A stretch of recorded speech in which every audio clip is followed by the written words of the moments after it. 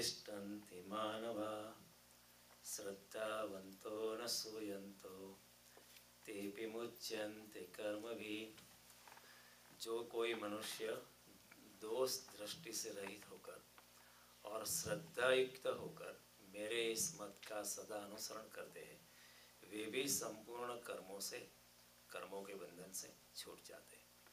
और उसके बाद भगवान कहते हैं कि ये तो अभ्यसूयन्तो नानुतिष्ठन्ति मे मतम् सर्वज्ञान विमूढ़ास्तान् विद्धि नष्टान Chetas.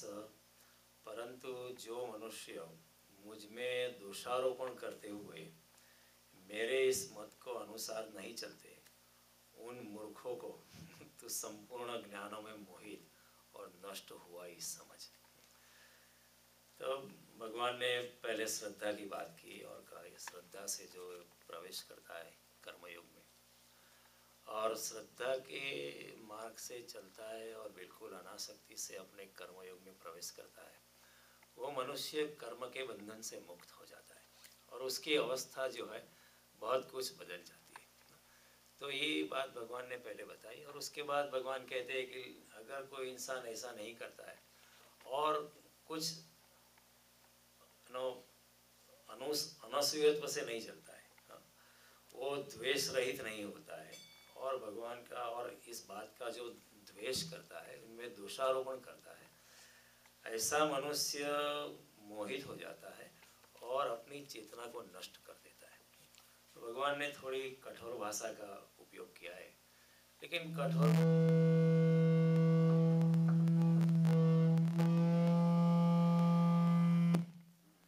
maybe we can change over to this. Let's change over to this. Yeah, कोई ठीक है, that's okay. We can start over with this. That's okay.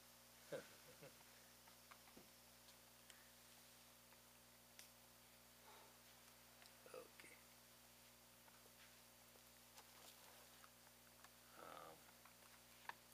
Hello. Check. Hello. Check. It's okay. Yeah. ठीक है, बिल्कुल ओके, थैंक यू। ओके, तो भगवान कहते हैं कि लेकिन जो मनुष्य इस प्रकार मैंने जो यहाँ मत दिया है, ये भगवान का मत है, मेरा नहीं है। मैंने जो रास्ता बताया उस प्रकार जो इंसान चलता नहीं है, तो इंसान का क्या होता है कि वो थोड़ा ज्ञान में मोहित हो जाता है और फिर संसार की धारा में बहने लगता है और मैंने जो अध्यात्म का मार्ग जो बताया उसके ऊपर जा नहीं सकता है, इसलिए आखिर में अपनी चेतना को नष्ट कर देता है। भगवान उसके प्रति कोई द्वेष नहीं करते। भगवान ऐसा नहीं कहते कि मेरे मार्ग पे ही चलना चाहिए, आपको पूरी स्वतंत्रता है। भगवान ने इतनी सारी सृष्टि का निर्माण करने के बाद भी भगवान जो है पूर्णतया अदृश्य हो गए। अदृश्य होने का मतलब यही है कि आपको पूर्णतया स्वतंत्रता है। बुरे काम करने की भी स्वतंत्रता है, अच्छे काम करने की भी स्वतंत्रता है। अगर आपको बुरे कर्म करने की स्वतंत्रता नहीं है तो फिर वो स्वतंत्रता को कोई मतलब नहीं है। अगर कोई कहता है आपको पूरी स्वतंत्रता है लेकिन ये नहीं है, ये नहीं है, ये नहीं है, ये नहीं है, अगर इतना ज़्यादा निषेध है तो वो स्वतंत्रता नहीं। तो इधर परमात्मा ने इस तरह सृष्टि का निर्माण किया है कि आपको पूर्णतया स्वतंत्रता है।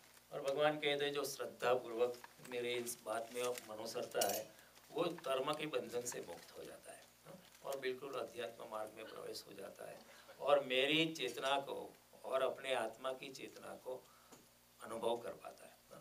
Then you become conscious of your own consciousness, which is the most difficult thing.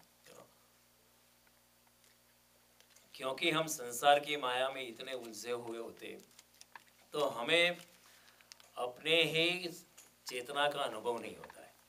वैसे चेतना तो हमारी है, हमारी खुद की है, कहीं और जाना नहीं है।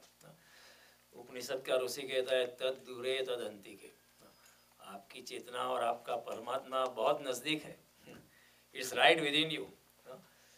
भगवान कहते हैं गीता में कि मैं सभी प्राणियों के हृदय में निवासमान हूँ, कि मैं सभी प्राणियों के हृदय में ही निवास करता हूँ, कहीं दूर जाना नहीं। तद दूरे तद अंतिके, वो बहुत दूर है लेकिन बहुत नज़दीक भी है। भगवान कहते हैं ममेवांसो जीवलोके, इस जीव जगत में जीव जो है मेरा ही अंश है। अगर कोई कहता है मेरा ही अंश है, मीन्स हम उससे बहुत दूर नहीं है।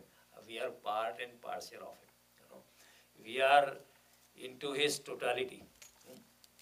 तो ये बात भगवान ने बड़ी श्रद्धा की बात बताई थी, और हमने पिछले 2 बुधवार से हमने श्रद्धा के बारे में बात की थी। श्रद्धा का संक्षिप्त में मतलब ये है कि हम मानते हैं आमतौर पर कि विश्वास जो है श्रद्धा होती है, लेकिन विश्वास श्रद्धा नहीं होती है। विश्वास का मतलब ही है कि अविश्वास भीतर मौजूद है। कोई कहता है मुझे आप में संपूर्ण विश्वास है, उसका मतलब ये है कि थोड़ा तो अविश्वास है। अगर हम कहते हैं हमें डॉक्टर में पूर्ण विश्वास है लेकिन थोड़ा तो अविश्वास है, तभी ये स्टेटमेंट करना पड़ता है। हम रिक्शा में बैठे हैं तो रिक्शा वाले पे भरोसा करना पड़ता है, क्योंकि और कोई चारा नहीं है, लेकिन थोड़ा तो अविश्वास रहता है कि ये कोई घुमा घुमा के ना लेके जाए।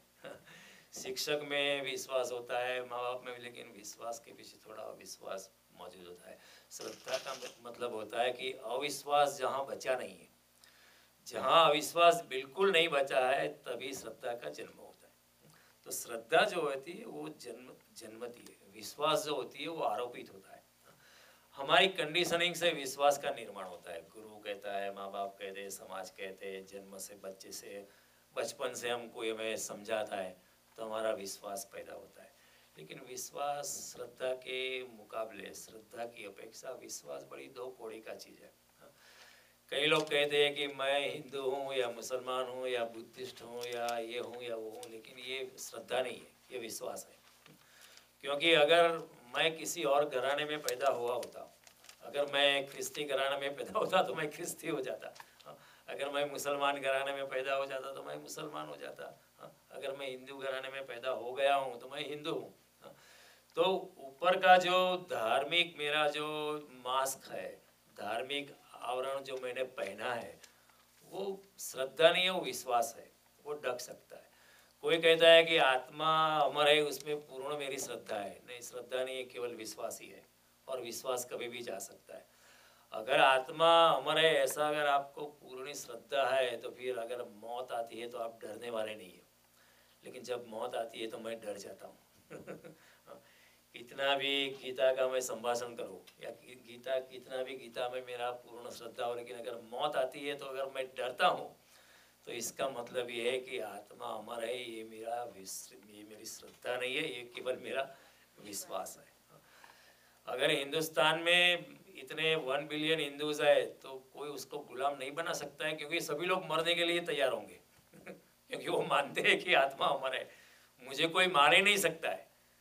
अगर कोई मरने के लिए तैयार है तो उसको गुलाम बनाना तो मुश्किल है, लेकिन फिर भी हम गुलाम बन गए, तो उसका मतलब ये है कि आत्मा अमर है, ये हमारी सिर्फ मान्यता थी, सिर्फ हमारा विश्वास था, पूरी श्रद्धा नहीं थी। ये समझने जैसी चीज़ है। तो विश्वास, श्रद्धा जो है अंदर से अपनी अध्यात्म चेतना से जन्म लेती है, अपने आध्यात्मिक, अपने आत्मा की, आत्मा उसका आधार है। आत्मा और परमात्मा श्रद्धा का आधार है। विश्वास जो है वो बुद्धि पे खड़ा है, विश्वास और अविश्वास जो है वो तर्क पे खड़ा है, बुद्धि पे खड़ा है। और बुद्धि कैन फ्लक्चुएट। आज मैं अपने तर्क से आपको हरा सकता हूँ, कल आपके तर्क से आप मुझे हरा सकते हो। तो तर्क पे अगर विश्वास खड़ा है तो फिर विश्वास भी डगमगा सकता है। श्रद्धा जो है विश्वास पे नहीं खड़ी है, श्रद्धा जो है अपनी अध्यात्म अंतर चेतना पे खड़ी है। इसलिए, और अंतर चेतना जो है, जो आत्मा की चेतना है, वो डगित नहीं होती है, चलित नहीं होती है, इसलिए श्रद्धा भी चलित नहीं होती। विश्वास जो है चलित हो सकता है, क्योंकि विश्वास बुद्धि पे खड़ा है। तर्क कैन फ्लक्चुएट वन वे और अदर, तर्क प्रतिष्ठानाथ, नारद जी कहते हैं कि तर्क की कोई प्रतिष्ठा नहीं है, तर्क बदल सकता है। आज हम इस प्रकार हमारी ये युग में हम ये मानते हैं, लेकिन आज 500 साल के बाद मनुष्यता कुछ और मानेगी। 500 साल पहले आप तर्क रूपेण आप मान सकते कि ये होना चाहिए, ये होना चाहिए। आज हम जानते हैं, तर्क से ही हम कहते कि ये होना जरूरी नहीं है। तर्क बिल्कुल अलग चीज होती है। तर्क can change, logic can change, intelligence can fluctuate from one place to another. एक बार एक इंसान एक रास्ते से गुजर रहा था, तो उसने देखा आगे ले लो कुर्सी, वांधो नहीं। उसने देखा कि एक बच्चा जो है वो घुर्रा घुर्रा के एक पेड़ के नीचे खड़ा था, वो रो रहा था, बड़ी जोर से रो रहा था एक बच्चा। और एक बच्चा जो है एक पेड़ के नीचे खड़ा आइसक्रीम खा रहा था और दूसरा बच्चा बड़े गुस्से में था। तो वो एक एडल्ट गुजर रहा था, तो उसने उसको पूछा कि ये बच्चा क्यों इतना रो रहा है। तो उसने बताया, वो आइसक्रीम खाते बच्चे ने बताया कि ये उसलिए रो रहा है कि इसका आइसक्रीम उसने झपट लिया था, वो जो दूसरा बच्चा खड़ा है वो जो गुस्से में है उसने छीन लिया था, इसलिए वो रो रहा है। लेकिन वो आदमी ने पूछा लेकिन आइसक्रीम तो तुम खा रहे हो तो उसने बताया कि मैं उसका लॉयर हूँ मैं उसका वकील हूँ। Arguments can fluctuate. देखो, we had Harishankar Gaur who was an Oxford University law में डॉक्टरेट थी. He was an extraordinarily intelligent person. And he was, when you are extraordinarily intelligent, you are also extraordinarily absent-minded. Many times it happens. Because intelligent आदमी को अपने आप पे इतना भरोसा होता है, they don't care for minute details. They are so confident that they can play with any situation with their intelligence. तो एक बार एक लंदन में he had in the 1950s he had law office in London, in New Delhi, and also in Beijing. Think of it, how intelligent and how genius he must be. In the year 1950s he had a law office in New Delhi, one in London and one in Beijing, and he was arguing a case for an Indian prince in a London court. Okay, he was supposed, because the Indian prince was his client, he came to the court and he was absent-minded, so he started arguing against his client. You know, he gave such solid arguments, and judge was also surprised. Is he arguing for his client or is arguing for the other side? In the meanwhile, his secretary, pinched him. He said, "Aap kya kar rahe ho? You're arguing against you. So far for half an hour you argued against your client, and now this poor client will lose." And he said, "Don't worry, I will change the whole thing." After half an hour of argument, he told the judge, "My honor, this is the way my opposition would like to argue." This is the way my opposition would like to argue. Now I am going to prove to you how all these arguments are invalid. And now with all his intelligence, he changed the whole basis of argument. That this is the way it is wrong. Argument number 1, which I had made, it is wrong this way. From 1 to 15 arguments, they are wrong, they are wrong, they are wrong, they are wrong. And then he won the case. What does it tell you? With your intelligence, with your logic, you can change the story from one side to another. And it is easy to do, और वही शंकराचार्य ने मंडन मिश्र से बात की कि आप जो है तर्क पे खड़े, आपका जो ज्ञान है बुद्धि पे खड़ा है, आपका जो आपने वेद को कंठस्थ कर दिए, उपनिषद को कंठस्थ कर दिया है, पुराणों को कंठस्थ कर दिए, और आप भारत भर में पंडित लोग चर्चा कर रहे हैं और कौन बड़ा ज्ञानी है ये सिद्ध कर रहे हैं, लेकिन ये सब ज्ञान 2 कौड़ी का है, क्योंकि ये कंठस्थ है। जो कंठस्थ है वो कंठ पे अटक गया है हृदय पे नहीं गया। And therefore Shankaracharya wrote, भज गोविंदम भज गोविंदम भज गोविंदम मूढ़मते संप्राप्ये सन्निहिते काले नहीं नहीं रक्षति डुक्रुम कर। ये तुम्हारा ग्रामर जो है संस्कृत का, ये तुम्हारा संस्कृत का जो कंठस्थ किया हुआ ज्ञान है, मरण काल पे, मृत्यु सैया पे ये काम में आने वाला नहीं है। काम में क्या आएगा? अगर आपने अंतरात्मा से गोविंद को पकड़ा है, अंतरात्मा से परमात्मा को पकड़ा है, तो कोई बात नहीं, आप मूढ़ हो गए, गवार हो गए, लेकिन आप मीरा बन के रहे या तुकाराम बन के रहे या एकनाथ बन के रहे या गुरु कुंभार बन के रहे, आप परमात्मा के करीब पहुंच जाएंगे। बुद्धि से परमात्मा नहीं है, परमात्मा बुद्धि ग्राह्य नहीं है। इसलिए हम कहते हैं पार ब्रह्म परमेश्वर। इसलिए नारद कहते एतेन तर्केण मतिराप्नुयात्। कृष्ण भी कहते इंद्रियाणि पराण्याहु इंद्रियोऽप्यो परम मनः मनस्तु परा बुद्धि यो बुद्धेर परतस्तु स। जो आत्मा और परमात्मा जो है वो बुद्धि से भी आगे है, बुद्धि से आप पकड़ नहीं सकते हो। तो विश्वास और अविश्वास है जो तर्क पे खड़े। One who proves the existence of God by argument is not really proving the existence of God. He is only proving his line of logic. He is only proving his purity of his argument. उसके पुरवार करने से भगवान का अस्तित्व पुरवार नहीं करे। भगवान तो है ही, आप पुरवार करो या ना करो। If somebody is disproving the existence of God, he is not disproving the existence of God, he is only proving his line of logic. भगवान तो आप प्रूव करो या ना प्रूव करो, वो तो है ही। गुरुत्वाकर्षण का नियम है या नहीं है, आप प्रूव करो या डिस्प्रूव करो, वो फिर भी है। With your intelligence you can say नहीं नहीं कुछ न्यूटन गलत है, you can prove it, intelligence की कोई कमी नहीं है। तो तर्क जो है वो विश्वास और विश्वास का आधार है। श्रद्धा जो है बुद्धि से आगे जाती है। श्रद्धा जो है वो जो अपने अंतरात्मा से, और विज्ञान जो है तर्क पे आधारित है। विज्ञान जो है सवाल पूछता है, राइट क्वेश्चनिंग से विज्ञान ने बड़ी प्रगति की है। They have made phenomenal amount of progress and they have made life easier. जीवन को सुरक्षापूर्ण बनाया, जीवन को सुविधापूर्ण बनाया और जीवन को बड़ा भोगपूर्ण बनाया। लेकिन श्रद्धा जो है निष्प्रश्नता पे खड़ी है। जब ऐसी एक स्टेज आती है इंसान की, आध्यात्म के मार्ग पे चलते सब सवाल अपने आप गिर जाते हैं, कोई सवाल ही नहीं बचता है, क्योंकि सवाल पूछने वाला भी नहीं बचता है। सवाल पूछने वाला ही इतना नॉन एंटिटी में प्रवेश करता है कि उसका सवाल ही गिर जाता है। भगवान इसी बात को कहते हैं, यदा ते मोह कलिलम बुद्धिर्व्यतितरिष्यसि तदा गंतासि निर्वेदम श्रोतव्यस्य श्रुतस्य। जब तू ये संसार के घने जंगल को बुद्धि से भी पार कर जाएगा, तब तुझे जानने में या नहीं, जो भी तूने जाना है या जो भी तू जानने के लिए बाकी, उसके प्रति तू उदासीन हो जाएगा। You will not care about what is remaining to be known and what is already known. क्योंकि एक बार परमात्मा का ज्ञान हो जाता है, फिर बाकी सब ज्ञान जो है अज्ञान बन जाता है। तो विज्ञान हमें बाहर का ज्ञान देता है। Science gives you external knowledge, but science makes your journey from point A two point be on A horizontal scale. धर्म जो है, श्रद्धा जो है, आपकी यात्रा वर्टिकल करती है, from point x to y, from down to up.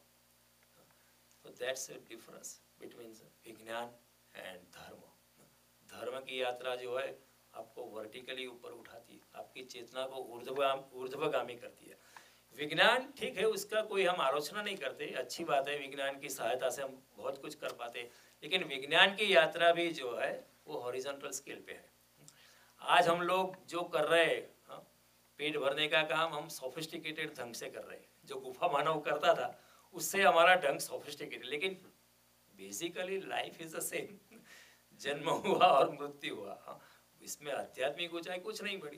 पहले लोग गादी तकिया पे बैठ के अपना हिसाब किताब नामा लिखते थे, अभी हम कंप्यूटराइज्ड थिंग है, format has change but the basic fundamental things have not change. धर्म आमूल क्रांति है, it changes you inside out. Therefore जो इंसान धार्मिक होता है वो बड़ा रिबेल होता है, बड़ा क्रांतिकारी होता है। मीरा को देखो कितनी क्रांतिकारी है।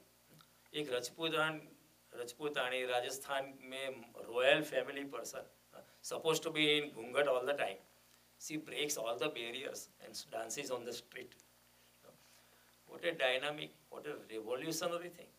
धार्मिक इंसान हमेशा क्रांतिकारी होता है, क्योंकि समाज के जो भी सिरस्ते उसे उसके ढांचे में वो बैठता नहीं।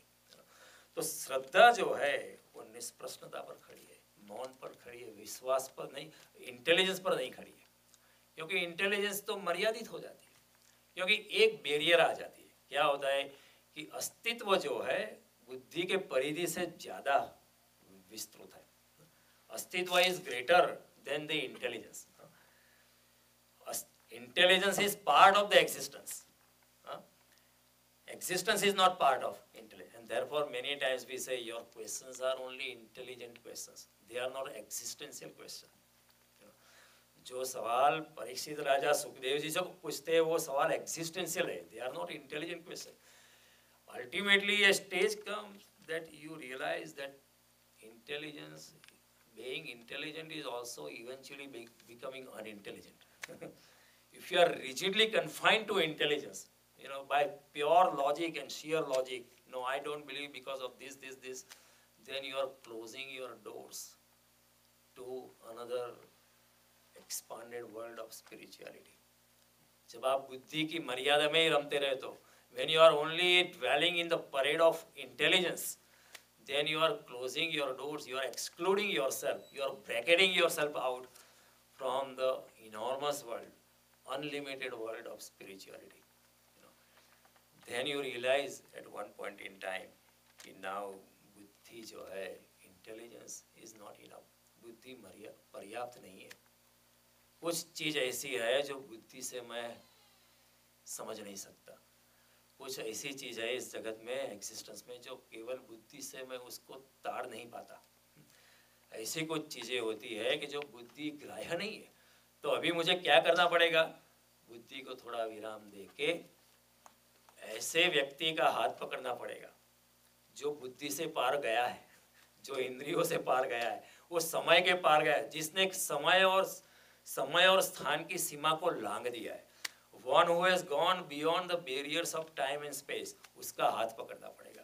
क्योंकि मुझे वो गली परिचित नहीं है, तो गाइड तो चाहिए ही. और बुद्धि का टूल जो है हम संसार में इस्तेमाल करते हैं, लेकिन वो टूल वहाँ काम नहीं आता है. तो you have to change your dimension, you to change your approach inside out. इन संसार में हम सफल हुए बुद्धि के मार्ग से. We have applied our intelligence, our education everywhere and we have been successful. लेकिन अध्यात्म के मार्ग में बुद्धि काम नहीं आती है. वो बुद्धि से आगे की यात्रा करनी पड़ती है. तो जब इंसान को प्रतीति होती है कि जब बुद्धि पर्याप्त नहीं है, तब उस अपरिचित गली में जाने के लिए श्रद्धा का द्वार खोलना पड़ता है. तभी श्रद्धा का जन्म होता है. जब बुद्धि हार जाती है तब श्रद्धा का. और बुद्धि एक न एक दिन, अगर आप प्रामाणिक है, if you are honest, but if you are too arrogant that no, I can't agree, I am very intelligent, I can prove you wrong, I can prove you right. If you are involved only in argument and counter argument, then you will never reach.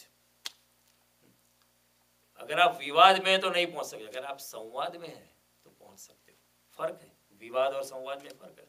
जब हम विवाद करते हैं तो मैं आपका तेजोवध करना चाहता हूँ, सबको पुरवार कर देखो, उनको उसको मैंने हराया. लेकिन संवाद जब हम करते हैं तो एक दूसरे के प्रति सम्मान बढ़ता है. मैं आपसे कुछ सीखता हूँ और आप मुझसे कुछ सीखते हो, और दोनों कलेक्टिवली राइज अप. ये फर्क है विवाद और संवाद में. और धर्म का संबंध संवाद से है, विवाद से नहीं. तो सुखदेव जी और परीक्षित के बीच जो डायलॉग हो रहा है वो संवाद है, विवाद नहीं. अर्जुन और कृष्ण के बीच जो कुछ हो रहा है वो है संवाद, विवाद नहीं. शंकराचार्य और मंडन मिश्र के बीच पहले विवाद हुआ. बाद में मंडन मिश्र ने देखा कि ये तो मेरे से उम्र में बहुत कम है, लेकिन ये कुछ तेजस्विता, इस जगत के पार की तेजस्विता लेके आया, इस जगत के पार की बुद्धि, अति बुद्धि लेके आया, जिसको हम मेधा कहते हैं. हमारे शास्त्रों में शब्द है, एक शब्द है बुद्धिमानी, इंटेलिजेंट है, अच्छी बात है, कोई बुरी बात नहीं. दूसरा शब्द है मेधावी. बहुत कम लोगों के लिए ऐसा शब्द है इस्तेमाल. कोई चैतन्य महाप्रभु के लिए, कोई मीरा के लिए. ऊपर से वो स्टूपिड लगती है, ऊपर से पागल लगती है, ऊपर से नरसिंह मेहता पागल लगता है, लेकिन वो अति बुद्धि में मेधावी व्यक्ति है, क्योंकि वो बुद्धि की रेखा से बहुत दूर आगे निकल गए.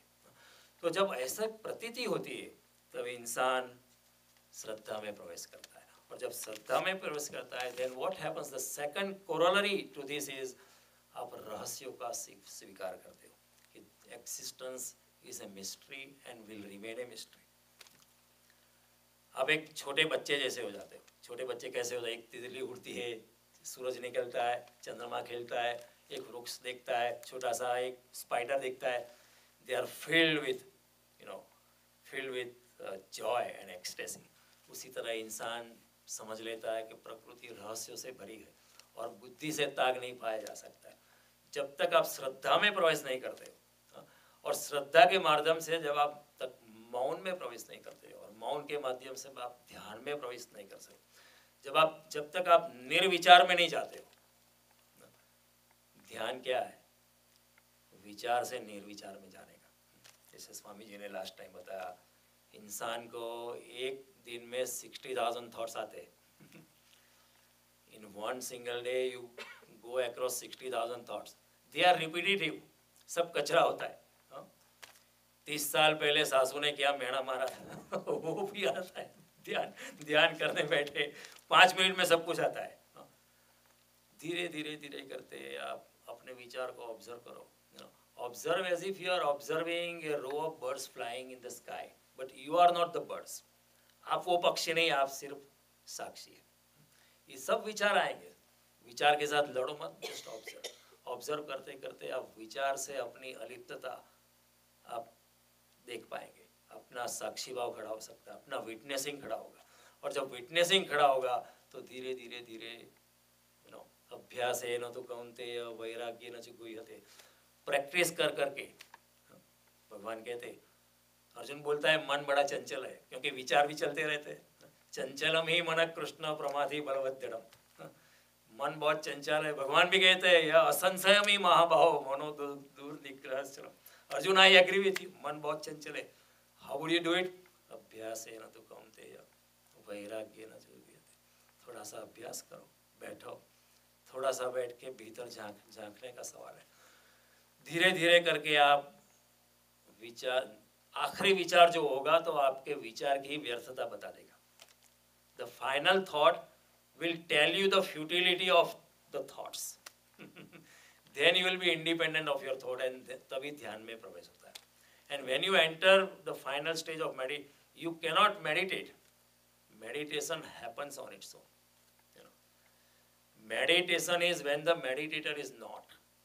जब ध्यान करने वाला शून्य हो जाता है तभी ध्यान की शुरुआत होती है। तब तक only you are on trying, you are trying for years and years and years and years, it's not happening, but then it happens, and when that happens, it happens all of a sudden, and then you don't even realize that it has happened. Only when you come out of that different world you realize, oh boy, where was I? And then when you experience that a fraction of a second of that moment, then what happens? You want to go there again and again because it was very blissful. एक बार आपने केसर की हरी चकीदा, बार बार होता है ना, चलो फिर से खाते हैं, फिर से खाते हैं। उसी तरह ध्यान के उस सुखद क्षणों का अनुभव करके इंसान बार बार उसमें फिर रहस्यों का जो स्वीकार हो जाता है, अस्तित्व रहस्यपूर्ण है, तो आप छोटे बालक जैसे हो जाते हैं। आपकी आंख भी इतनी निर्दोष हो जाती है जैसे छोटे बालक। हम भी एक निर्बोध शिशु की तरह हो जाते हैं। और जब निर्बोध शिशु की तरह हो जाते हैं तो क्या होता है? हमारा ईगो चला जाता है। देखो बच्चों में ईगो नहीं होता है। बच्चों में क्यों बच्चे इतने प्यारे लगते हैं? क्योंकि बच्चे दे आर ईगोलेस। बच्चे में परमात्मा की झलक नजर आती है क्योंकि दे आर टोटली ईगोलेस। अगर हम भी ऐसे हो जाए तो जीसस कहते हैं कि kingdom of God belongs to those who are child like, who are like children. तो इस तरह जब अवस्था आती है तब चारों ओर ब्रह्म हो जाता है, चारों ओर एवरीथिंग इज ब्रह्म स्वरूप। इंसान देखने लगता है, जड़ चेतन सभी जगह वो ब्रह्म स्वरूप देखता है। वो शब्द से निशब्द में प्रवेश करता है, रूप से अरूप में प्रवेश करता है, और विचार से निर्विचार में प्रवेश करता है, ध्यान की क्षणों में प्रवेश करता है। देन इवेंचुअली वो क्या करता है? शरणागति में प्रवेश करता है। And that is ultimate. That's what Krishna says, सर्वधर्मान परित्यज्य मामेकम शरणं व्रज। सब झंझट छोड़ के, संसार की सब झंझट को, फिक्र मत कर, I will look after you. क्योंकि फिक्र तो होगी नहीं, ये सब झंझट छोड़, मेरा क्या होगा? लेकिन भगवान कहते हैं कि आपकी फिक्र मत करो, तुम्हारी सब चिंता मैं ले लूँगा। I will take all your worldly responsibility on to me and things will happen, don't worry about it. फिर सभी कुछ ब्रह्म स्वरूप हो जाता है। इंसान देखने लगता है ईशावास्यम इदम सर्वम यत्किंचित् जगत्याम जगत। ब्रह्म लटका करे ब्रह्म पासे, वासुदेव सर्वमिति स महात्मा सदुर्लभ। ऐसा महात्मा जो चारों ओर वासुदेव का अनुभव करता है, ऐसा महात्मा बहुत दुर्लभ है। भगवान कहते हैं is the rarest of the rare phenomena. See this is why ये जो अध्यात्म का रास्ता है वो it is not for masses. कई बार लोग सवाल पूछते हैं कि why can't masses come into, it is not for masses. वो इक्के दुक्के का मार्ग है। यहाँ कोई राजमार्ग नहीं है, there is no high traffic here. यहाँ ओनली पगडंडिया है only trails are there, and that too you have to make your own trail because you are a different individual. You cannot follow somebody, you have to follow your own, अपने अंतरात्मा की आवाज को follow करना पड़ता है, अपनी पगडंडियाँ खुद बनानी पड़ती है, और फिर आप धीरे धीरे पहुंच सकते हो। देखो तभी श्रद्धा का जन्म होता है, पूर्ण श्रद्धा उसको श्रद्धा है। जब बुद्धि से भी आप आगे निकल गए, बुद्धि को पीछे छोड़ दिया, तब श्रद्धा का जन्म होता है। 1857 में एक मुनि था, उसने मौन व्रत लिया था और भगवान में पूर्ण श्रद्धा थी, पूर्ण परमात्मा में एकाकार हो गया था। अब जिंदगी जितनी बची है उसको जब तक परमात्मा की मर्जी है तब तक इस शरीर में रहने का है। वैसे तो शरीर के बाहर ही था, लेकिन जब तक कर्म के बंधन खत्म नहीं होते तब तक शरीर में रहना पड़ता है। कई बार हम सवाल कर दिए कि रमण महर्षि को कैंसर क्यों हुआ, उसको नहीं होना चाहिए, या रामकृष्ण परमहंस को गले का कैंसर क्यों होना चाहिए, इतने इतने संत लोगों को। लेकिन क्या होता है जब आखिरी जन्म होता है, when it is the last birth, तब क्या होता है, अनेक जन्मों का जो कर्म के परिणाम होते हैं तो उसी जन्म में खत्म करने पड़ते हैं। तो संकट it comes congested and crystallised. जैसे आप साइकिल चला रहे हो, अभी आपने पेडल मारना बंद कर दिया, लेकिन फिर भी उसकी मोमेंटम तो चलती रहेगी। उसी तरह अनेक जन्मों के हजारों हजारों लाखों करोड़ों अगणित कर्म है, उसका तो मोमेंटम चलता रहता है। तो जब आपको आत्मज्ञान हो जाता है तो लेकिन कर्म का बंधन खत्म नहीं होता है, तो then it comes in a very congested वे।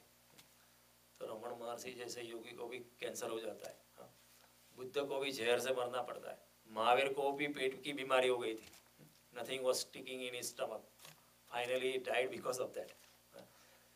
शरीर को बहुत कष्ट से गुजरना पड़ता है क्योंकि अनेक जन्मों के कर्म के परिणाम, it is final resolution, it's happening. तो रामकृष्ण को पूछा विवेकानंद ने कि आपको गले का कैंसर हो गया है, आप खा भी नहीं सकते, गले से कुछ पानी भी नहीं जा रहा है, अब क्यों दुर्गा से माँ से कहते क्यों नहीं हो, वो आपको इलाज कर देगी। तो रामकृष्ण ने कहा मुझे अगर खाना है तो तेरे गले से भी मैं खा सकता हूँ क्योंकि पूरा अस्तित्व आपके साथ है, एक ही गला थोड़ा है, उनको देखना है तो आपकी आंख से भी देख सकते हैं।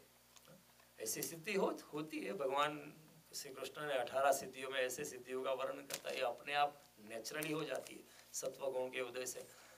तो ऐसा योगी जो है, ऐसा एक योगी था 1857 के समय, वो ऐसा घूम रहा था, तो वह अंग्रेजों की छावनी थी, वहाँ से अनायासी से गुजरता था अकस्मात ही। तो अंग्रेजों ने सोचा कि ये कोई जासूस लगता है, मस्ट बी ए स्पाई, सन्यासी के वेश में घूम रहा है, तो उसको गिरफ्तार कर लिया। तो सिपाही उसको पूछने लगे सवाल कौन हो, लेकिन उसका मौन व्रत था, तो वो चुप रहा, और जितना चुप रहा उतनी शंका और बढ़ गई अगर आपके ऊपर शंका है और आप बोलते नहीं है तो आपकी शंका और बढ़ जाती। फाइनली एक अंग्रेज सिपाही ने उसको भाला मारा छाती में और खून के फुहारे निकलने लगे, and it said only one word finally, तत्वमसि। भाला मारने वाला ही तू परमात्मा ही है। See the one who is killing me is also ब्रह्म स्वरूप। आज मारने वाले के स्वरूप में तू परमात्मा आया है। श्रद्धा यहाँ पे ले जाती, बुद्धि नहीं ले जा सकती, बुद्धि तो गाली देगी बुद्धि जो है गाली देगी, बुद्धि जो है मृत्यु सैया पे नर्सों को भी गाली देगी ट्यूब निकालो मेरी, आई हेट यू ऑल। श्रद्धा सभी का स्वीकार करेगी, श्रद्धा कहेगी परमात्मा ही तेरे स्वरूप से, तू मारने वाला नहीं है, तू तो माध्यम बन गया, लेकिन परमात्मा ने चाहे अभी मेरी मौत आनी है। तत्वमसि श्वेत Ketu, the only word he uttered in fire. See, this is the difference between Shraddha and Vishwas. Shraddha is thousands and mile. इसलिए भगवान कहते हैं कि श्रद्धावान लभते ज्ञानम तत्पर संयतेन्द्रिय। जब श्रद्धा होती है तो युधिष्ठिर कृष्ण को मांगता है, कृष्ण की सेना को नहीं मांगता है कृष्ण में पूर्ण श्रद्धा है। तो ये श्रद्धा जो है बड़ी बड़ी अद्भुत है। अभी भगवान कहते हैं कि अगर कोई इंसान इस श्रद्धा से मेरी बात को नहीं मानता है तो क्या होता है कि वो जो है कर्मयोग में प्रवेश नहीं कर सकता है, और कर्मयोग में जब प्रवेश नहीं करता है तो आसक्त कर्मों में डूबा रहता है, आसक्ति से डूबा रहता है, और जब आसक्ति से डूबा रहता है तो पदार्थ के साथ जुड़ जाता है। कर्मयोग का आधार यही है कि आप निष्काम कर्म करते रहो, फल की आशा नहीं रखते हो, तो आप अपनी चेतना जो है ऊर्ध्वगामी होती रहती है, आप अपनी चेतना के साथ जुड़ जाते हो, क्योंकि आपको फल के साथ, पदार्थ के साथ कोई आसक्ति नहीं है, आप जुड़ नहीं गए, आप फल के साथ बंध नहीं गए हो, इसलिए आप कर्म के बंधन से मुक्त हो। लेकिन जब हम कर्म के फल में आसक्त होते हैं तो हमारा जो साक्षी भाव होता है, अपनी जो स्थित प्रज्ञता होती है, अपनी जो उपेक्षा का भाव होता है, वो चलित हो जाता है, तो हम संसार में प्रवेश कर जाते हैं। और जब संसार में प्रवेश कर जाते हैं तो फिर वो चक्कर चालू होता है। देखो, हम समझते हैं, भगवान कहते हैं कि अगर आपको सुखी होना है तो अनासक्त कर्म ही एक मार्ग है। आसक्त कर्म से, आसक्ति भरे कर्म से आप कभी सुख में प्रवेश नहीं करो, आप दुखी ही होंगे। इसका proof we are the living example. सारी जिंदगी हमने आसक्त कर्म किए, फल की आशा से कर्म किए, तो हमको तो सुखी होना चाहिए ना। All our life energy from the time of birth till now we have devoted and focused on to our own selves and we have worked towards it. So the logical conclusion should be we should be happy. But we are not. इसका मतलब ये कृष्ण ये कहते हैं कि आसक्त कर्म, फलासक्ति से भरा कर्म करना वो सुख की चाबी नहीं है। It's so logical and so clear.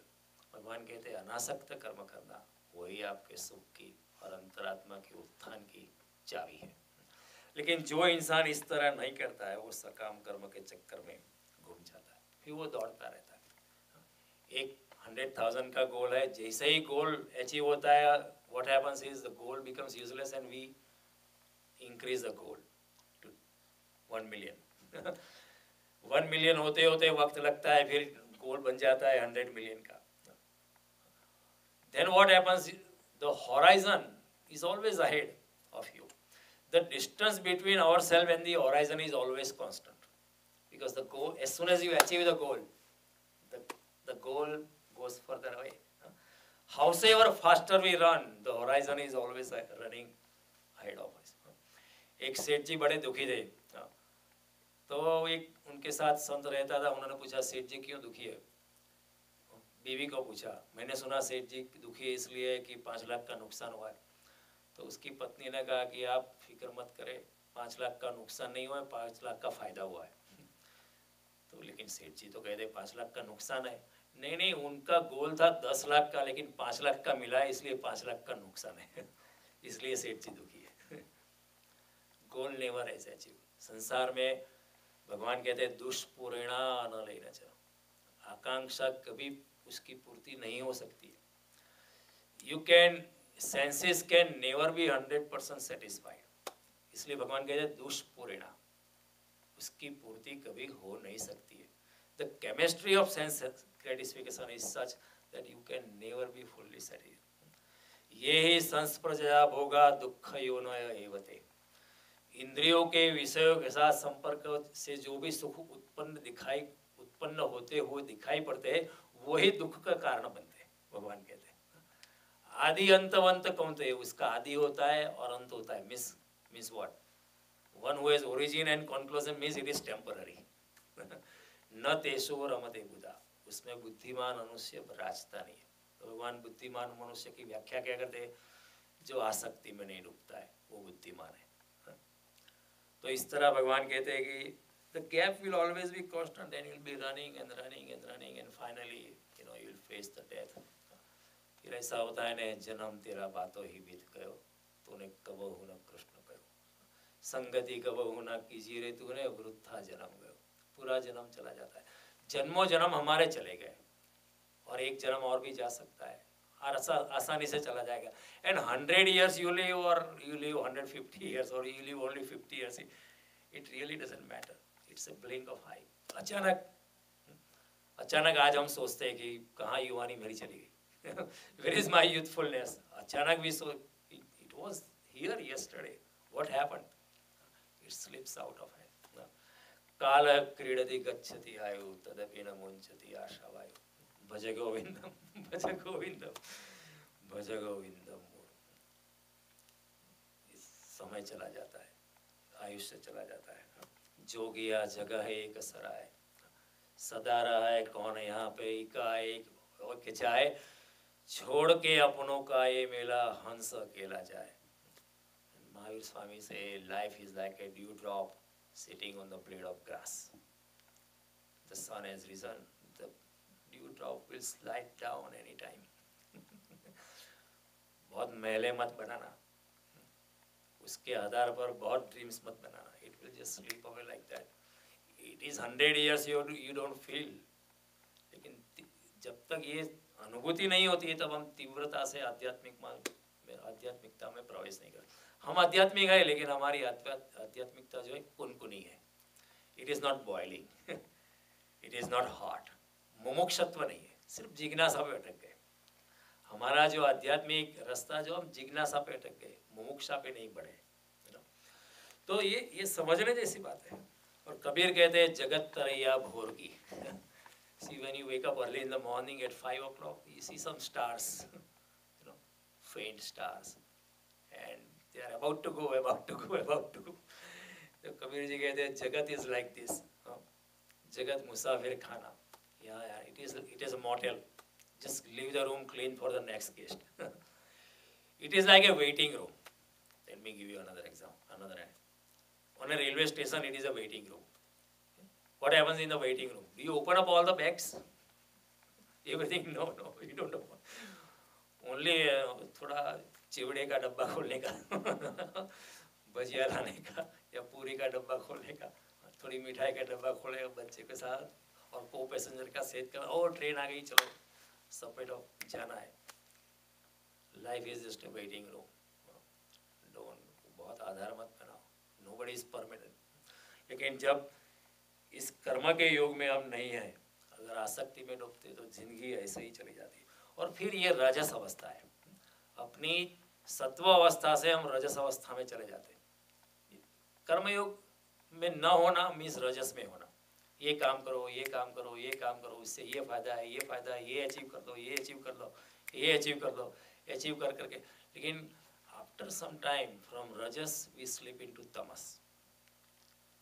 क्योंकि पता नहीं चलता. देयर इज ओनली ये बहुत पतली सी, इसे ओनली हेयर लाइन डिफरेंस, पतली सी लक्ष्मण रेखा है. At what moment we slip into तमस पता नहीं चलता है. तो भगवान उसी का वर्णन करते हैं 16वें अध्याय में कि इंसान फिर अचानक जो है आसुरी वृत्ति में प्रवेश कर जाता है. तो उसका वर्णन मैं इधर आपको समझाऊंगा. भगवान ने ही समझाया, मैं समझाने वाला कौन हूँ. भगवान कहते हैं कि धीरे धीरे प्रवृत्तिम च निवृत्तिम च जनाना विदुरासुरा न शौचम नापि चाचारो न सत्यम तेषु विद्यते.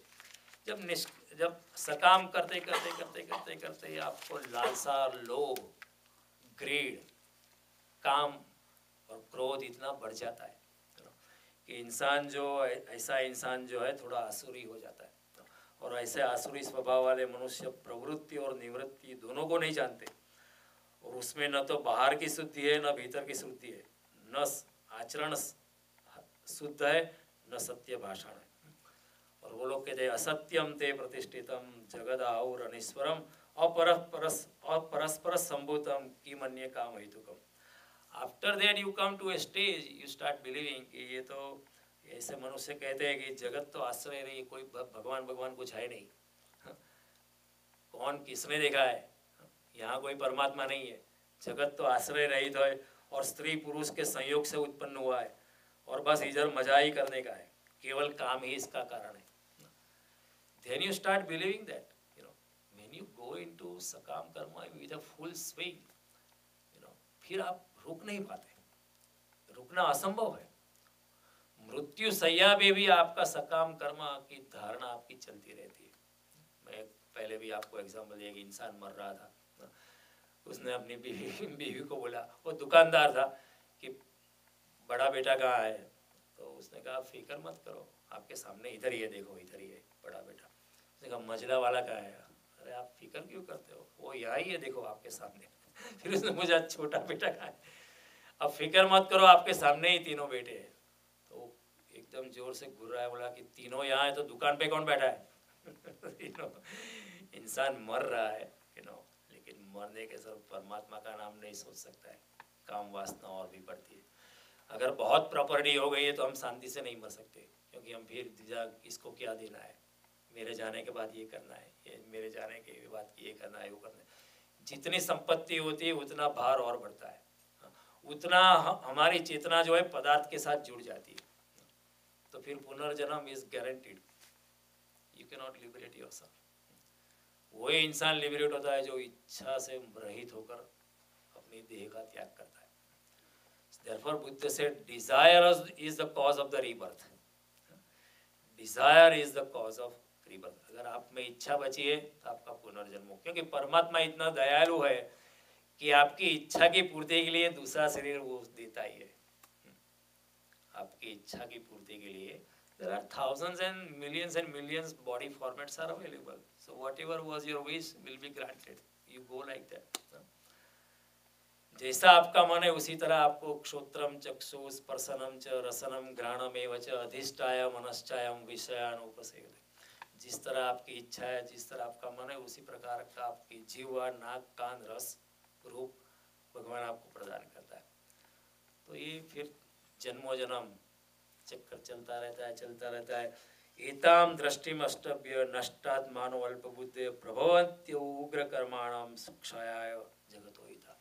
फिर इंसान मानने लगता है ये तो बस जगत में कोई परमात्मा है नहीं है, बस मजा ही करना है, जब एंजॉय योर लाइफ, परमात्मा जैसी कोई चीज़ नहीं। ऐसे मिथ्या ज्ञान को अवलंबन करके जिसका अपना खुद की आध्यात्म चेतना, जिसका स्वभाव नष्ट हो गया है और जो ऐसा मंद बुद्धि हो गया है, वो सब प्रकार का क्रूर कर्म करता है। फिर क्रूर कर्म में उसको कोई झिझक नहीं होती। जब परमात्मा ही नहीं है तो किसी को मारने में भी कोई झिझक नहीं है। मारो उसको, हटाओ इसको अपने रास्ते से, हाँ ये बीच में आ गया उसको मारो, कोई बात नहीं। सब people go to any extent to achieve their length, you know. कामम आश्रित्य दुष्पुरम दंभमान मदान्विता मोहाद गृहीत्वा असद्ग्राहान प्रवर्तन्ते असुचि व्रता। फिर वो दंभ मान और मद से युक्त मनुष्य किसी भी प्रकार पूर्ण न होने वाली कामनाओं का आश्रय करते हैं। See, says again. कामम आश्रित्य दुष्पुरम यानी जो वासनाओं कभी पूर्ति उसकी होती नहीं है, इट्स नेवर पॉसिबल। अगर आप किसी 90 साल के बूढ़े को भी आप बोलो कि आपको काम वासना में प्रवेश करना है, तो बोलेगा शरीर तो साथ नहीं लेता है, लेकिन आप कुछ हो जाए तो प्रवेश करने के लिए राजी हो। Same thing Shankaracharya said. Shankaracharya said same thing, you know. Angam galitam palitam mundam dasana vihinam jatam tundam vruddho yati gruhitva dandam tadapi na munchati asapinam। शरीर बेवड़ થઈ ગયું છે। दसन विहीनम जातम, दसन यानी दांत, एक भी दांत बचा नहीं है। हाँ चढ़ में एक दांत तो मेरा चला गया लास्ट वीक। दसन विहीनम जातम तुंडम वृद्धो याते गृहीत्वा दंडम। लकड़ी लेके चलता है फिर भी आशा है कि कुछ ना कुछ हो जाएगा। क्यों? सकाम कर्म आपको भगाता रहता है। वृद्धावस्था में भी आपको परमात्मा का स्मरण नहीं आता है। आप कुछ न कुछ करने के लिए हमें तैयार होते हैं। किसी को मारना है तो मारने के लिए भी तैयार होते हैं, लेकिन हमका कुछ होना चाहिए, यश बढ़ना चाहिए, कीर्ति बढ़ना चाहिए, धन बढ़ना चाहिए, साधन बढ़ने चाहिए। हालांकि जितने साधन बढ़ते हैं उतने रिस्क भी बढ़ते हैं और भी तकलीफ शुरू होती है। तो इस तरह भगवान कहते हैं कि ये तो कभी भी पूर्ण न होने वाले का कामना का आश्रय करके अज्ञान से मिथ्या सिद्धांत को ग्रहण करके, भगवान कहते हैं मिथ्या सिद्धांत को ग्रहण करके, यानी they rationalize their own behavior. Even if it is wrong, they rationalize. They establish their own principle. They say, look, we had Charvak Rishi, he rationalized in many ways. He was very intelligent. He was very नास्तिक था, उसको भी हमने कभी मारा नहीं। See, हमारे सनातन धर्म में we always accommodated a contrary opinion. He said, idam भस्मीभूतस्य कुतः पुनरागमन ऋणम कृत्वा घृतम पिबेत। ये भस्मीभूत शरीर होने वाला उसका कोई पुनर्जन्म नहीं होता है। आप borrow money and drink more and more ghee. ऋणम कृत्वा घृतम पिबेत। Don't worry about repaying the loan, just मजा करो। ये तो शरीर जाने वाला है, जस्ट मजा करो। ऋणम कृत्वा घृतम पिबेत। आप घी खाओ, कोई बात नहीं, देवू કરીને પણ ઘી ખાઓ, आप फिक्र मत करो, मर ही जाना है। चिंता अपरियाम च, फिर ऐसा होता है जितनी संपत्ति इकट्ठी होती है उतनी चिंता भी बढ़ जाती है। See, if I have only $1,000, I am living free and happy. But if I have $1 billion, I start doubting my own family. That while I am sleeping at night, these people might kill me and take away the money. See, billionaires are not able to sleep because they cannot trust anybody. The moment you are a millionaire or billionaire, the other dimension starts. Same thing Bhagavan says, Chintam aparimayam cha. प्रलयांताम उपाश्रित कामोपभोग परमा एताद्वदेरी, वह मृत्यु पर्यंत रहने वाली असंख्य चिंताओं का आश्रय लेते हैं। What is saying? मृत्यु पर्यंत असंख्य चिंता रहती है। हम ज्यादा कमाते किस लिए कि चिंता कम हो, लेकिन जितना ज्यादा कमाते चिंता और बढ़ती है। See, the process works. He has explained very clearly. Process works other way around, and then he says asapasa satirvata kama krodha parayana इहंते काम भोगार्थ अन्यायनान अर्थ संचय। ऐसे लोग ऐसे आशा की सैकड़ों फांसियों में बंधे हुए मनुष्य ही अपने गले में फंदा डालता है। आशा पास सतेर बद्धा, सैकड़ों आशाओं से बधा हुआ जकड़ा हुआ इंसान। एक प्यून अशांति से मर सकता है, लेकिन राष्ट्रपति शांति से नहीं मर सकता। बहुत चिंता होती है। प्यून छोड़ सकता है क्योंकि ज्यादा कुछ है नहीं, क्या छोड़ के जाना है। आशा पास सतीर्थ, काम और क्रोध से परायण, इहंते काम भोगार्थ अन्यायनार्थ, फिर वो लोग क्या करते हैं, अन्याय पूर्वक धन की प्राप्ति करते हैं। क्योंकि जब काम वासना इतनी बढ़ जाती है, सी ये God is, Krishna is explaining, he explain a cycle in one way, कि this way you will reach me, but this way, this is the exactly other way round. This is what, that's why he says कि वो नष्ट हो जाते। भगवान ने यहाँ कहा कि सर्व ज्ञानम युगुणास्तान विद्धि नष्टान चेतसा, वो अपनी चेतना को नष्ट करते हैं, अपने आप को ही नष्ट करते हैं। He is explaining the cycle other way round. So far he explain the cycle कि आप किस तरह मेरे करीब आ सकते हो निष्काम कर करके, श्रद्धा में रह के। नाउ ही एक्सप्लेनिंग, अगर आप इस तरह नहीं कर सकते हो तो ये होने की संभावना है, सो बी केयरफुल। फिर आप चलते रहोगे चलते रहोगे। और भगवान इधर कहते हैं कि जब आप विषय भोग में इतने आतुर रहते हो, जब आपकी सकाम कर्म की कामना इतनी बढ़ जाती है, तो फिर आप अन्याय पूर्वक धन को प्राप्त करते हो। अन्यायनान अर्थ संचय, आपको फिर गिल्टी कॉन्शियस भी नहीं होता है, कुछ भी कर सकते हो। फिर आप कत्ल खाना चला सकते हो, लेकिन फिर दुकान में, शोरूम में तो ठाकुर जी का फोटो रखना पड़ता है। लेकिन उसको पता नहीं चलता है कि मैं अन्याय से अर्थ का संपादन कर रहा हूँ। अन्यायनान अर्थ संचयन। See, this Krishna has explained so clearly कि then you'll be cheating your own self, क्योंकि आपकी काम वासना इतनी प्रगाढ़ है, आपकी संसार की वासना इतनी प्रगाढ़ है, आप देख नहीं पाएंगे कि आप गलत कर रहे हो। आप अन्याय से भी धन पाओगे। इदम अद्य मया लब्धम इमं प्राप्स्ये मनोरथम इदम अस्ति मदमिति भविष्यति पुनर्धनम। वो ऐसा सोचा करते कि मैंने आज ये प्राप्त कर लिया, फिर ये मनोरथ का प्राप्त कर लूँगा, मेरे पास इतना धन है, फिर इतना और प्राप्त कर लूँगा। You are always in the game. See, Krishna has explained this cycle in 16th chapter in a very vigorous way. We'll talk about in detail. I'm touching it because he talked about the other cycle. अगर आप निष्काम कर्म में प्रवेश नहीं करते और सकाम कर्म को पकड़ते हो, तो आपकी जिंदगी कुछ और रास्तों पे ढल जाएगी। These are the slippery ways, so be careful of it. He's telling so out of compassion. He's like working like a loving father or loving mother. हम बोलते हैं ना, बेटी देखो इस रास्ते पे जाना, वो रास्ते पे न जाना, आप फिसल जाओगी, जिंदगी बर्बाद हो जाओगी। He's also showing you the other way. Don't go that way. It is possible you might slip into that way. So if you don't do this, then it is likely you will waste your whole life. ये सब होता। फिर then you will also go to this extent. असो मया हत शत्रुर हनिष्ये चापरान अपि ईश्वरो हम भोगी सिद्धो हम बलवान सुखी। वो मेरा शत्रु है, उसको मैंने मार डाला, अभी इस दूसरे शत्रु को भी मैं मार डालूंगा। इसका मतलब क्या है कि कामना की वासना में, कामना की पूर्ति करने में आप मारने से, किसी को मार डालने से भी नहीं रोकोगे। हो रहा है ना आजकल। People are murdering people, people are killing for political motive. Political motive is what? आसक्त कर्म है, ये पाने के लिए, वो पाने के लिए। भगवान ने साफ बताया, ऐसा इंसान सोचेगा कि इस शत्रु को मैंने मारा, अभी कल इसको मारूंगा। ईश्वरो हम, मेरे जैसा कोई नहीं, मैं ही ईश्वर हूँ। बलवान सुखी, मैं बलवान हूँ, और ऐश्वर्य से भरा हुआ सिद्ध हो। इस तरह आत्मसंभाविता स्तब्धा धनमान मदान्विता यजंते नाम यज्ञस्ते दम्भेना विधि पूर्वक। इसी तरह जो बड़ा घमंडी हो गया है, दंभ से भर गया है, सी आत्मसंभाविता स्तब्धा। आत्मसंभाविता वो आत्म अहंकार से भरपूर है, स्तब्ध हो गया है, वो जड़ हो गया, मैकेनिकल हो गया है, यांत्रिक हो गया, जिसने अपनी चेतना खो बैठी। ऐसा इंसान धन और मान से मद से भर जाता है। फिर वो कहते हैं यजंते नाम यज्ञस्ते दम्भेना विधि। फिर ऐसे लोग भी क्या करते हैं, अपनी कीर्ति को बना देने के लिए वो लोग भी यज्ञ करते हैं।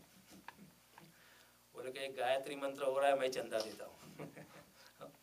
ये जो भागवत कथा है मैंने बिठाई है, लोग चंदा दान करते हैं। हो रहा है आजकल। Krishna has already said about this phenomena 5000 years ago कि ऐसा इंसान जो है वो ऐसा दम और मान से भर गया होगा, स्तब्ध हो गया होगा, जड़ हो गया, यांत्रिक हो गया, मैकेनिकल हो गया, लोगों को मारता होगा, लेकिन दम्भेना विधि पूर्वक, सभी विधि विधान का पालन करेगा। ऊपर से देखो मैं कितना धार्मिक हूँ। चंदा देगा $100,000, भागवत कथा में फ्रंट रो पे सीट में बैठेगा, लोगों को बोलेगा देखो मैंने दान किया तभी ये भागवत कथा हुई। ये सेड क्लियरली, वो दंभ से शास्त्र विधि को करेगा। अहंकार बलम दर्पम कामम क्रोध संश्रिता ममात्मा परदेशे प्रदिशन्ति अभ्यसुरिका। वो अहंकार, बल, घमंड, कामना और क्रोधादि के परायण और दूसरों की निंदा करने वाले पुरुष अपने और दूसरों के शरीर में मुझ अंतर्यामी परमात्मा का द्वेष करता है। He hates everybody, but he doesn't realize that there is a supreme resident in everybody. भगवान कहते हैं वो जब आप किसी और का द्वेष करते हो, आप मेरा भी द्वेष करते हो, क्योंकि उसमें मैं भी विराजमान हूँ। ईश्वर सर्वभूतानां हृदय देशे तिष्ठति अर्जुन भ्रामयन् सर्वभूतानां यंत्रारूढ़ानि माया। सब प्राणियों के भूत मात्र के हृदय में मैं विराजमान हूँ। अगर आप किसी से क्रोध करते हो तो भगवान कहते हैं आप मुझसे ही क्रोध कर रहे हो। अगर आप किसी से द्वेष करते हो, भगवान कहते हैं आप मुझसे ही द्वेष कर रहे हो, कि उसमें भी मैं विराजमान हूँ। आपको करुणा की दृष्टि होनी चाहिए। कोई भी बुद्ध, इसलिए आप बुद्ध पे पत्थर फेंको तो भी आप बुद्ध आपसे प्यार करते हैं। This is the difference. Then भगवान कहते हैं तान हम द्विशत क्रूरान संसारेषु नराधमान क्षिपाम्यम अजस्त्रम अशुभान आसुरीशेव योनिषु। ऐसे यो लोगों को, ऐसे पापाचारी और क्रूर कर्मी नराधमों को मैं संसार में बार बार आसुरी योनि में डालता हूँ। यानी भगवान को कुछ डालना नहीं पड़ता है, वो अपने आप ही हो जाता है। When you reach to this extent, फिर आसुरी योनि में आपका जन्म हो सकता है। आसुरी योनि ने अधम योनि में, सर्प में या बिच्छू में या कीड़े मकोड़े में। फिर life is very miserable, life is very ugly. यहाँ आपने बहुत होशियारी कर दी मनुष्य जन्म में। फिर अपने ही कुशलता से मारे गए। By being extraordinarily intelligent, you proved yourself to be absolutely stupid. इस जगत में सीधे और सरल लोगों ने तो सत्य को कभी पा लिया, लेकिन कुशल और चालाक लोग जो है कभी भी नहीं पा सकते। अपनी ही कुशलता से मारे जाते हैं, अपनी ही समझदारी फांसी बन जाती है। फिर कितनी ही चीजों से हम अपने आप को भर ले, अंततः पाते हैं किसी और को नहीं, खुद ही धोखा खा गए। किसी और को नहीं, खुद ही धोखा खा गए। मृत्यु से अब ऐसा है, ये बहुत कुछ कमा लेकिन किया, मनुष्य जन्म चला गया। तो भगवान कहते हैं फिर आपकी आसुरी योनि में गति हो जाती है। भगवान फिर कहते हैं आसुरी योनि मां पन्ना मूढ़ा जन्म नहीं जन्म। फिर आसुरी योनि में एक बार जन्म होता है तो बार बार ऐसी योनि में जन्म होता ही रहता है। माम अप्राप्य व कंते ततो याति अधमा गति। फिर इस तरह मुझको जो प्राप्त नहीं कर सकता है वो अधम गति को बार बार प्राप्त करता है। तो भगवान कहते हैं कि अगर आप मेरे इस मत को, कमिंग बैक टू दिस श्लोक, भगवान कहते हैं ये त्वेद अभ्यसूयन्तो नानु तिष्ठन्ति मे मतम सर्वज्ञान विमूढ़ास्तान विद्धि नष्टान चेतस। परंतु जो मनुष्य मुझमें दोषारोपण करते हुए, कृष्ण बकवास करते हैं, ऐसी बात भी करते हैं लोग, ये सब बकवास है, I don't believe in this, मुझमें दोषारोपण करते हुए मेरे इस मत के अनुसार नहीं चलते, उन अज्ञानी लोगों को तू मोहित हुआ समझ और वो नष्ट हुए ही समझ। They are already destroyed. Already destroyed का मतलब क्या? इस सकाम कर्म में हमारी गति हो जाती है। सकाम कर्म की फिर यात्रा कभी खत्म होने होती है, अंत तक मृत्यु पर्यंत चलती है, हमें पता भी नहीं चलता है। We can never stop and we can never even realize what am I doing. It will go on and go on and go on and go on until the end. And then until the end, it doesn't stop even at the end. दूसरे जन्म भी फिर ऐसे होते हैं, आसुरी योनि में, अधम योनि में गति हो जाती है। इधर किसी को आपने मारा है सुपारी देके, आजकल की टर्मिनोलॉजी है, उसकी सुपारी दी, उसकी सुपारी दी, हो सकता है फिर आप जन्म लेंगे यार, आपकी माता ही इतनी भूखी होगी, 4 बच्चे को जन्म दिया है, खाने को कुछ नहीं, वो सोचेगी एक बच्चे को मैं खुद खा जाऊं, आपकी बारी आ जाएगी, पहला बच्चा आपकी खत्म हो जाओ, what can you do? Nothing. But आप कहेंगे ये कितना अन्याय है। अन्याय नहीं है सभी कर्मों का परिणाम, कर्म की गति जो बड़ी गति, गहना कर्मणों गति, कर्म की गति बड़ी गहन होती, पता नहीं चलेगा क्या होगा, क्यों मेरे साथ ऐसा क्यों हो रहा है, कई लोग कहते हैं, उसका भी कारण होता है, बड़े गहन रीजन होते हैं, हमको पता नहीं, वो बुद्धि ग्राह्य नहीं है। You can not put it into your logical chain of cause and effect. Let me repeat, अगर हमारे साथ कुछ बुरा होता है तो we can not rationalise into cause and effect relationship, because this is beyond that causal chain. कर्म की जो गति है ये इतनी गहन है, आपकी बुद्धि की धारा में आ नहीं सकती, बुद्धि की चेन से परे है। तो भगवान ने यहाँ बहुत साफ बताया कि अगर आप इस प्रकार मेरे मत, और जब भगवान कहते हैं मेरे मत को, यानी he doesn't mean his personal opinion. जब कृष्ण कहते हैं मेरे मत, तो उनमें से परमात्मा बोल रहा है, वो कृष्ण नहीं बोल रहे। जो शरीर का हमने नाम दिया है कृष्ण, वो नहीं बोल रहा है, उनके शरीर के माध्यम से परमात्मा की शक्ति बोल रही है। तो जब कृष्ण कहते हैं कि मेरे मत के अनुसार मेरी शरण में आ जा, तो कृष्ण में अहंकार जैसा बिल्कुल नहीं है, वो कहते हैं मुझ परमात्मा की शरण में आ। इसलिए जब व्यासदेव ने जब गीता लिखनी चालू की, उन्होंने कहा भगवान उवाच, अभी तक लिखते थे श्री कृष्ण उवाच, लेकिन वो कहते हैं अभी कृष्ण नहीं बोल रहे, भगवान ही बोल रहे, कृष्ण के शरीर से परमात्मा ही बोल रहा है, तो कृष्ण नहीं बोल रहे। जिस शरीर का नाम हमने कृष्ण दिया था वो नहीं बोल रहे, लेकिन परमात्मा कृष्ण के शरीर से झांक रहा है।